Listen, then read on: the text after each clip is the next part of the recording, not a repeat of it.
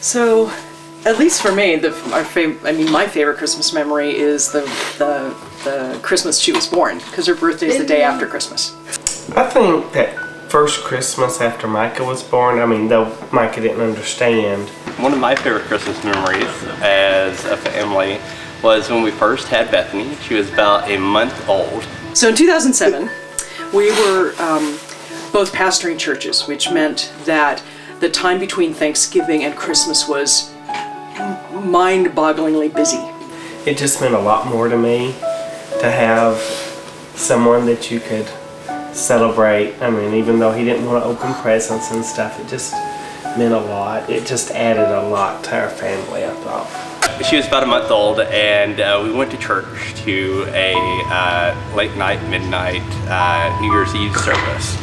New church, we didn't know hardly anybody.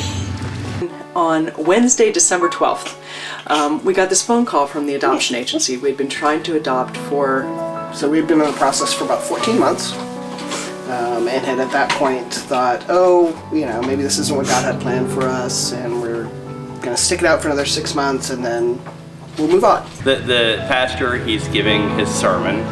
It's very somber, and he takes a dramatic pause, and new babies, gassy as they might be, during this pause, we hear and we were in the middle of being mortified and laughing our heads off. So that will always be a Christmas memory that sticks with me, and I think with Marie as well. And so then I happened to be home, and we got a call from the agency saying there was a woman in Florida who they knew nothing about, who was going to have a baby in January and wanted us to adopt it. And I said, okay, can you tell us more information? They said, nope. I said, are you willing to find out more information? They said, nope.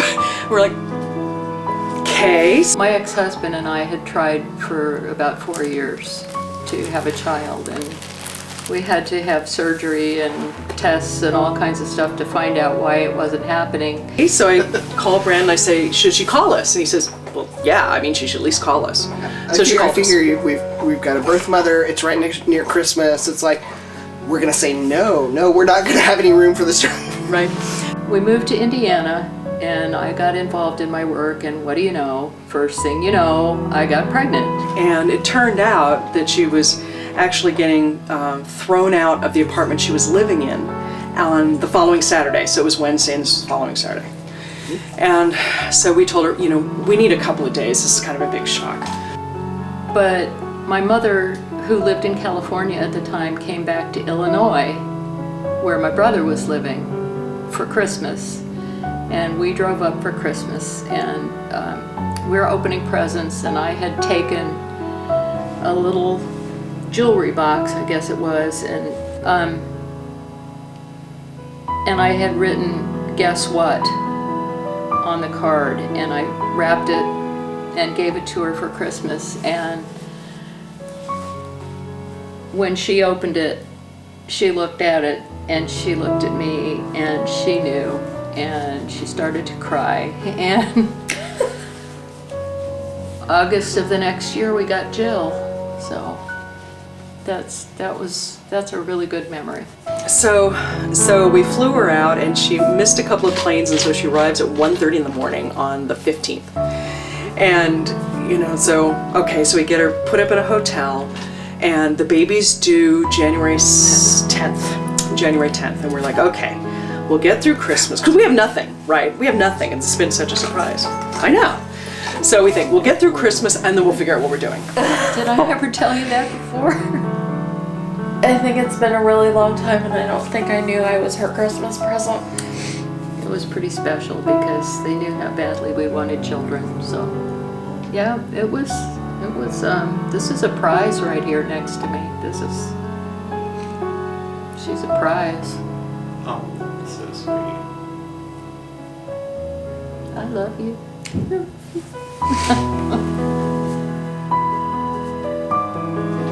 And she calls, and I'm like, hi. Birth mother. What the birth mother calls, and I said, so, hi, what's going on? And she's panting, and she's in heavy, heavy labor. And I'm saying, okay, I'm going to call the paramedics right now. And so I hang up the phone with her and I call him first and I said, meet me outside. And the first time I think Brad ever didn't argue with me about something is he just drops the cart and meets me outside, and we're on the highway, we're traveling, you know, way too fast, calling the paramedics, and the paramedics are saying, and you are who exactly? I just, don't worry about me, go to this hotel, this room, pregnant woman in labor, you know. Yeah. Anyway, so that was on the 26th, and we drive directly to the hospital that she's going to wind up in, even though it wasn't the one we planned. And she gets there after we do. And 45 minutes later, Wow. we have Elizabeth. Yep. Elizabeth makes her grand entry That's into right. the world. My favorite, my dad had Alzheimer's, and the last Christmas that we spent with him, my dad was always difficult to buy for, even before he got Alzheimer's, because he just didn't want or need anything. So that year, you know, we're trying to figure out what to do, and part of the disease is he would obsess about certain things, and so he had this bottle full of coins he kept in his pocket all the time. So we're talking about what to do, and Eric said, well, you know, he really likes that bottle of coins, so let's just put a bunch of quarters in a bottle and give them to him. And it's like, you know, it can't hurt. So Christmas Day comes and it's not a good day. He's agitated, my mom's agitated, everybody's, you know, so Eric gives Bethany the bottle of quarters and she gives them to my dad. And you would have thought that she'd given him like $1 million. It was the most amazing thing, and he literally was in tears.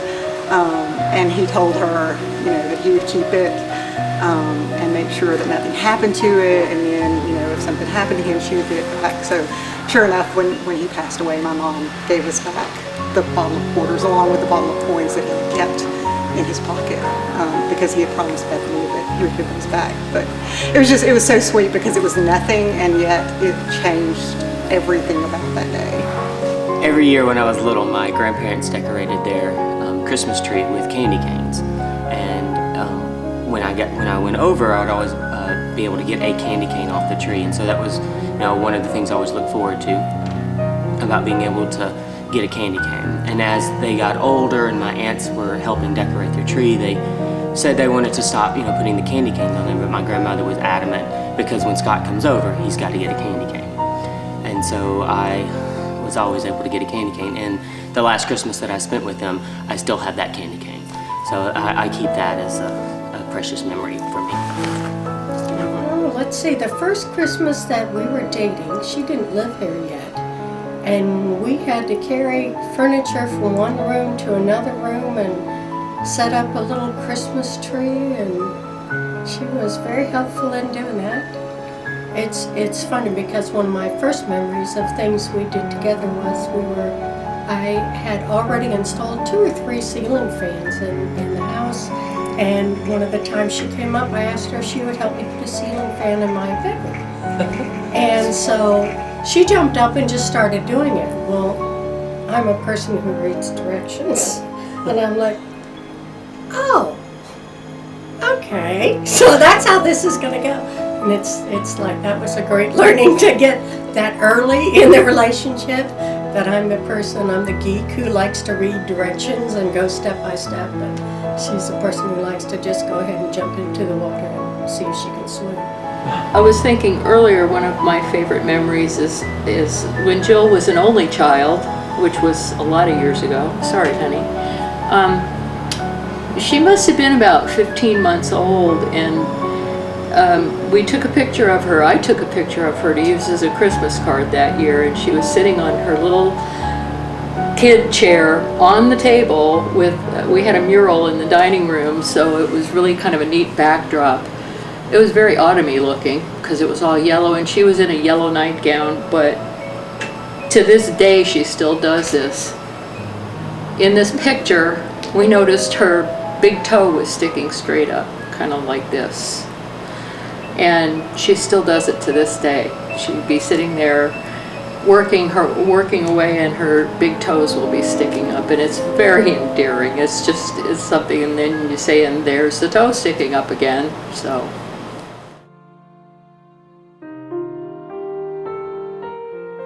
No, that doesn't need to be talked about. Talk about it. Okay. Okay, well, when I proposed to her on Christmas Eve night, because that's our Christmas, many years ago. many years ago, I had an entire thing planned where I was going to say, I had probably 2 paragraphs worth of words picked out that were going to declare my undying love and how I needed to be married to her. I printed out stuff from Canada, from Niagara Falls, where we were going to go, and I had the ring, and I told her to close her eyes, and I put the little pamphlets on her lap, and I kneeled down and got ready to say everything I was going to say, but it just came out, Jenna, will you marry me? Next Christmas, or actually a little bit before Christmas, we will be getting married here at the church. Right here. Right here. And we're really excited about that. You know, it's going to be a Christmas-themed wedding, even though it's slightly before Christmas. Lots of poinsettias, Christmas trees, lights, and maybe even some Christmas music during the wedding. We'll see. Growing up, my mother's parents got married Christmas Eve, way back when. And so growing up, all of their anniversary pictures always had Christmas trees and poinsettias, and it was always looked so festive. And growing up, I always thought that would just be wonderful to get married either Christmas Eve or around Christmas, because I wanted to have Christmas trees and poinsettias and all those decorations in my wedding too. And since Scott doesn't care either way, I'm getting my way on that one. I just want to be married. I don't care when. Yes, that's the main thing. One of our other traditions that we started up that I think will continue is each year getting an ornament that kind of symbolizes the day. And we got this year we found at Hobby Lobby, of course, our wedding shoes. Yeah. Well, I guess our first Christmas was at Boscobel, and I remember decorating all the tables and everybody. We from served church everybody came dinner. over. Yeah, and I decorated the tables, and it looked really good. Because the first Christmas, you actually came and spent Christmas with me. I spent Christmas with you at Thanksgiving, and then you came. We were kind of going back and forth. One month I would come here, and one month she would come there, and until February when I moved here. So. I think you have the same one, so go ahead. Yeah, which one do you want to do first? I don't know what you're talking about. Well, we always watch Granddaddy's movie, the 1939 version of A Christmas Carol. That's the only one, in my opinion, worth watching. It was the best one. The ones have their merits now. Well, yeah, but you know, his was the best. Yeah. So watching that, it doesn't feel like Christmas if we haven't watched Granddaddy's movie somewhere around Christmas time. But Advent candles are a big part. We do cookie baking. For years and years and years we did cookie baking with good friends. So we do cookie baking. What else do we do? Church, I mean, we're church people, right? So, you know, most of what we do is church. Well, I think I grew up in a family that was not Christian, not religious at all, and had its own issues. So it wasn't until I came to faith that actually Christmas was ever fun and something I looked forward to and exciting. And then with the little one being able to do like all the kid stuff that, you know, is fantastic. Well, we're starting new traditions this year, because keep in mind, we've always spent Christmas out of town. We've been in my hometown and his hometown. We've run ragged and we said no more. And so this year... Especially since we have somebody who needs to be here for Santa Claus. Yeah, because Santa Claus is coming. And so this year we're starting our new traditions. We're building a new chapel here on the property that probably most people watching this video don't know about yet. We've built a new chapel up in the trees. It'll be finished on Christmas Eve. So we'll start a family Christmas Eve worship. And then we have our Christmas time with Micah. And then families come over at that point. Do we have a family tradition? I think we have a family tradition. My favorite thing that happens every Christmas year is just the excitement of the kids' faces when they come downstairs and see what's going on. You always, you know, it's kind of the cliche phrase. I mean, it's a good lesson, but that it's always better to give than to receive. but then when you see how they react, you definitely get that tenfold. Just family, big family stuff. We both are close to our family, and we kind of start on Christmas Eve morning and do stuff with like extended family on my side, and then we have our Christmas Eve, and then we go to see her family on Christmas morning, and then go to my mom's around lunchtime, and then my dad's in the evening. So we stay pretty busy, but we're very blessed. Brandon's kind of built on traditions that he's done with his family, so we get decorating early. We want to start building up the village. And then his family does Christmas movies, maybe one movie a night leading up to Christmas. It's kind of an obsession of mine, actually. I'm very, very strict about it. We do. We light a candle. Jackie, when I first started coming here, Jackie had a kind of a tradition that she would light a candle in memory of family members that have already passed, and so we light a candle Christmas morning, and it burns all day.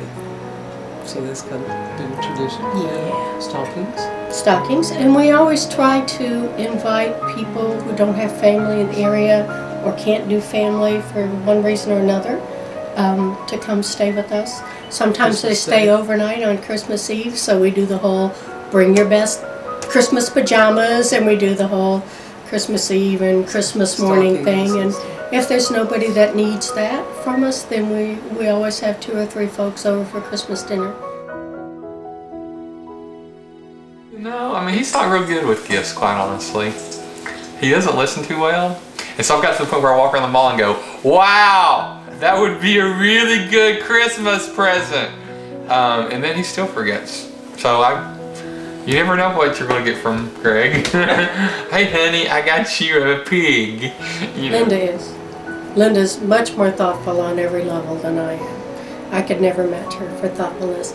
She gives, I can go shopping and be looking specifically for a pair of pants and spend 3 hours shopping and walk out with nothing. And Linda went and bought me pants for Christmas, and they fit great. And she buys me shirts, and she buys me clothes that look good on me, and I can't find them, but she can. So, and she knows exactly what I need, and she gets them. So, I don't know. I think we're pretty good. You're really good though. Yeah. She's good. She surprises me. Yes, I'm better with at that. stuff. She'll like clothes. She gives me clothes. A couple of years ago, she got me a fiddle, which I just kind of talked about. Oh, I'd love to learn to play, and I was just completely thrown and surprised by that.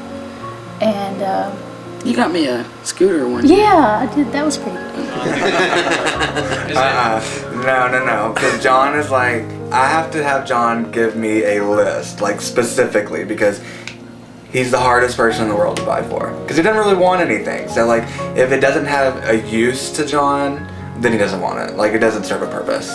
So like, I can't just get him anything. Like, it has to be something good. Like last year, I think I got everything had to do with the kitchen because he loves to cook, and so I got him like Baker's like cooling racks and stuff like that. And so yeah. Brandon's a little more transparent, and he's always emailing me things like, I want everything. I like this, or he'll send me another thing, and you can never go wrong with Wizard of Oz stuff.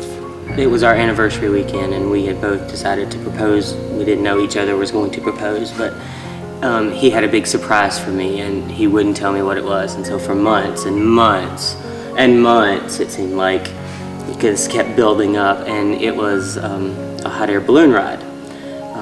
And that was his present to me before he proposed. Actually, you ended up proposing first, but still, that's been a great gift. I like that. Best was my boots. Like, by far, best Christmas gift ever. A couple of years ago, he gave me a pair of boots, and they're like just awesome boots. I mean, I think we kind of know each other enough that I mean, I don't think there are any bad gifts. I mean, anything. Is every year on Christmas Eve, we get a new set of pajamas.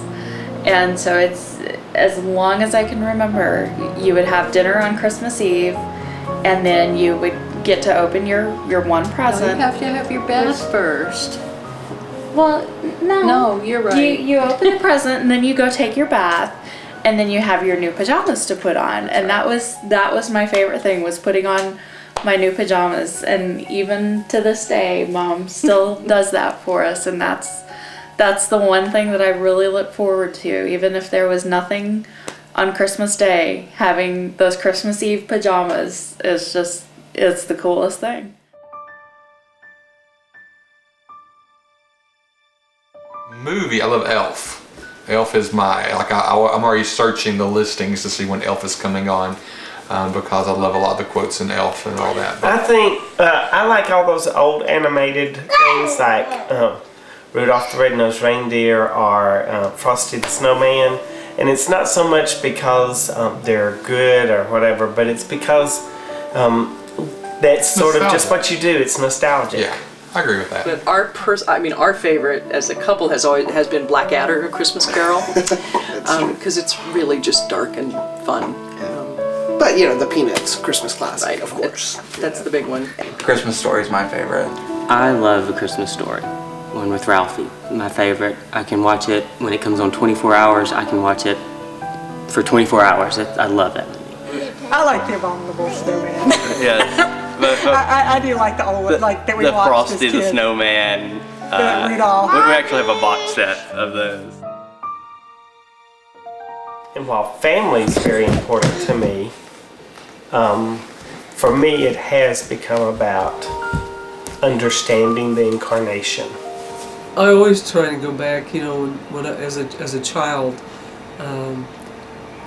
it was very much emphasized that Jesus was the person that we were celebrating, the peace on earth and all that, and to me it's just that peaceful, joyous thing to know that Christ came for us.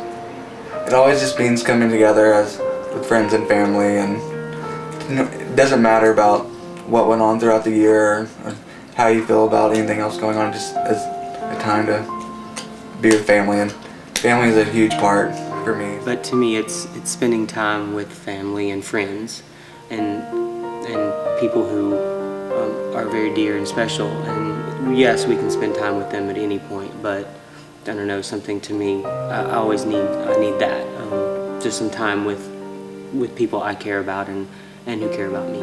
For our family and friends, and we should say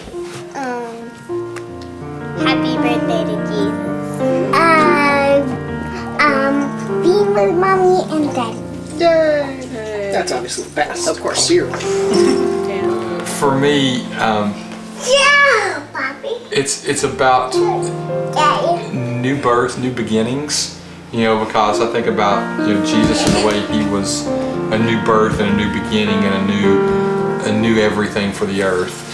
So for me, it's a renewal. It's the time of the year that I really get centered for my year. I think for me, it's the whole family thing, but Christmas really never had a big meaning to me until the last few years. I think even starting to come to church, I think is really, it started to make more sense to me is with the story of the nativity. Oh, definitely. Just, I mean, the first thing that comes into my mind, of course, is Jesus. You know, just there's a spirit that I think I always feel.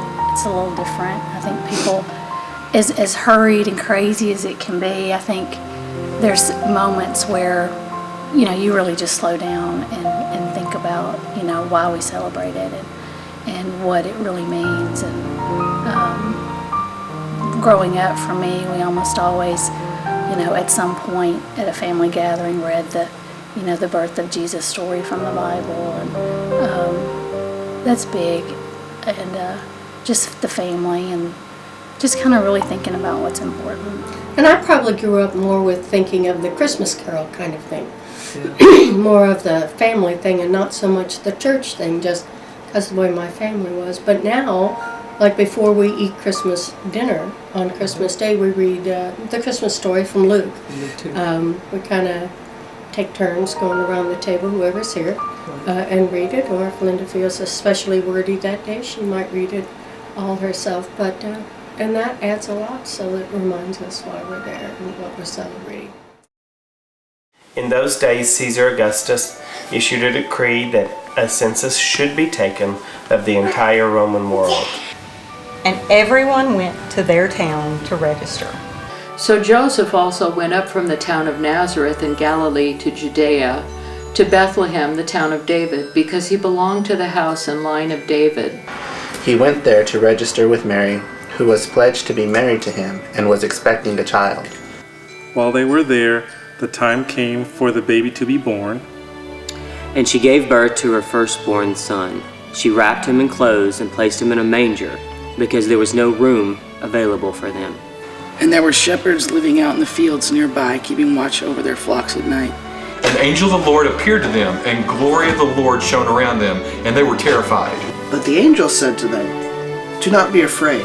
I bring you good news that will cause great joy for all the people. Today, in the town of David, a Savior has been born to you. He is the Messiah, the Lord. This will be a sign to you. You will find a baby wrapped in cloths and lying in a manger."